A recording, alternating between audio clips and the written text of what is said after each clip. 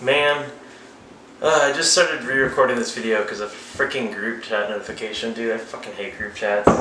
Like, they're the most effective method for me to... I need to go see what the hell she's doing up there. Because I don't know why at this time at night there's always like a ball dropping on the fucking ceiling. Yeah, so today and yesterday were kind of like weird contrasts. I watched the video essay, I think as I so lovingly told my people back a day or two ago. Oh, I need to plug this in. Alright. And, it's interesting. It's really freaking interesting.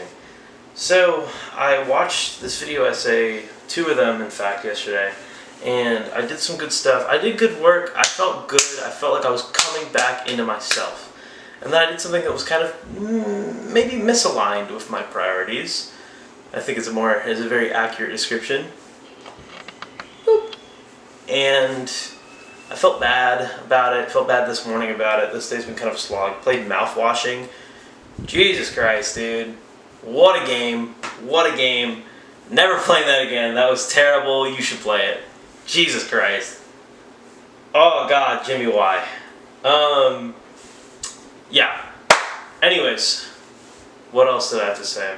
So today and yesterday were kind of weird contrasts. Yesterday I felt tired at the end of the day.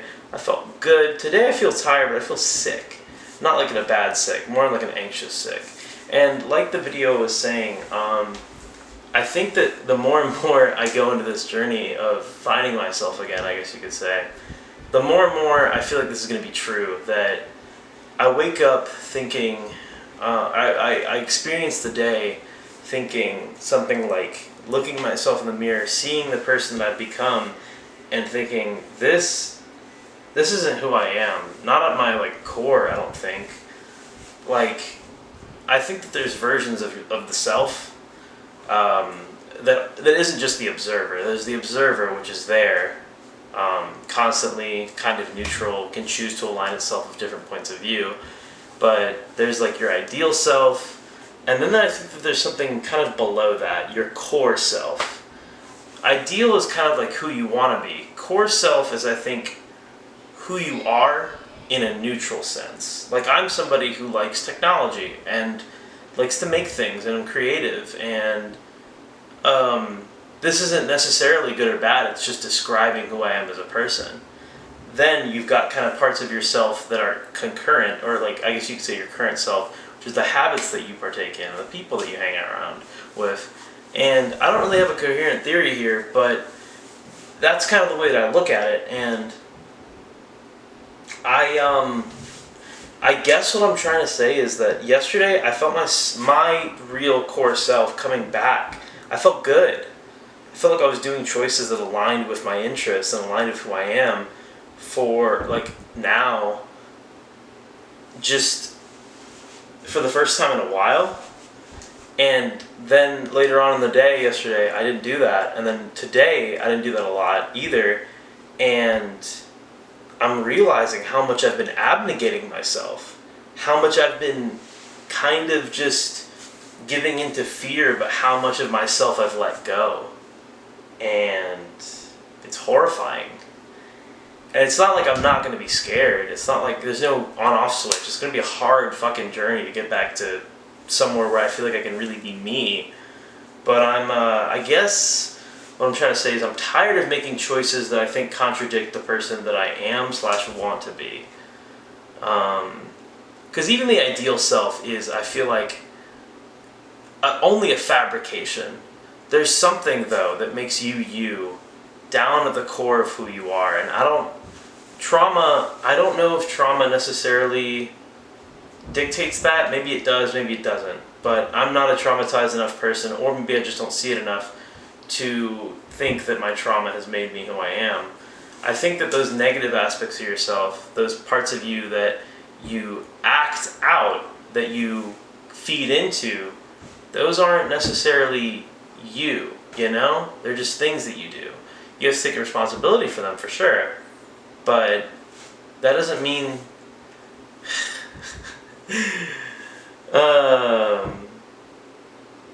What did they say in that game? The worst moment in someone's life does not have to define them, something like that. And I think it's true, but you can let it define you. And I feel like that's what a lot of people choose to do kind of unwittingly. They don't really know it. And I've been choosing to do that. I've been letting my bad traits kind of define me as opposed to my good ones. I've been letting myself at its core rot in place of something like fearful, desire, I don't know. Yeah. So I guess what I'm trying to say is I'm ready to be myself again. And it's going to be a hard journey, and I'm going to be uprooting a lot of old habits that I feel like I've been developing over the years. But I can't abnegate myself any longer. Because I think if I don't, it'll probably kill me. If not physically, then definitely spiritually, emotionally, and a lot of other stuff. But yeah, guess I'm just tired of not being me.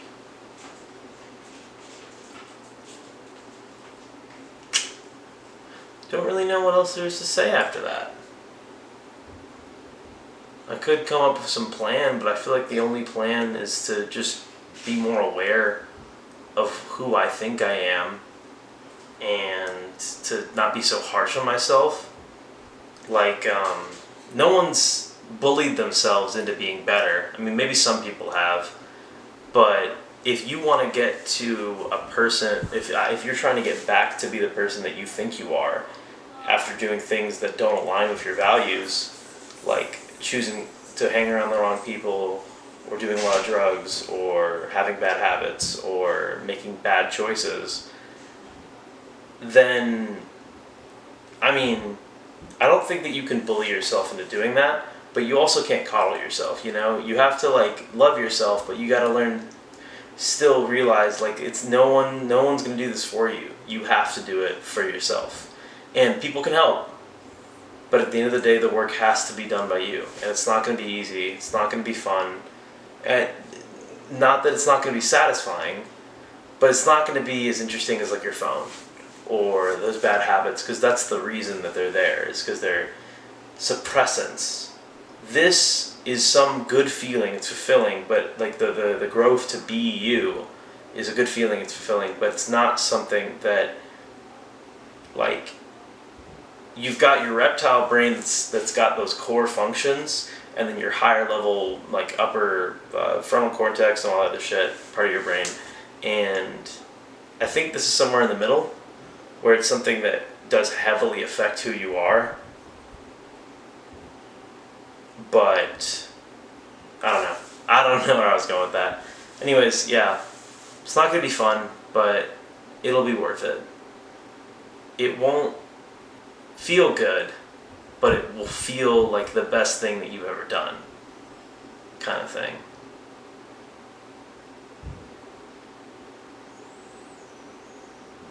I don't know. I don't really know. I'm just a guy. But yeah, that's kind of my yap sesh for today. In summation, I, for the first time, felt like I was myself again for a while, after a while. And then I lost it. Just a small choice, then it was gone. And that doesn't mean that I can't find it again. I didn't lose it. I put it down unwittingly. Got rid of it. Or not got rid of it, it seems too permanent. I misplaced it. But that doesn't mean that I can't find it again. But looking for it isn't exactly going to be fun. But it is going to be fulfilling. And I think this is just, I guess you could say, a covenant, a testament, a commitment to fucking being myself. And being that person that I think I know I am, that's kind of nebulous, this at the core of the Tootsie Pop, but that's really what's there. At being somebody who pursues things, being somebody who's temperate, who practices temperance, Somebody who laughs, somebody who enjoys things. I don't know. Don't know. Somebody who can do hard things even though I don't really necessarily want to. Yeah. Anyways, I think that's it. I'm gonna be myself again. That's it. You should do the same. Yeah, bye.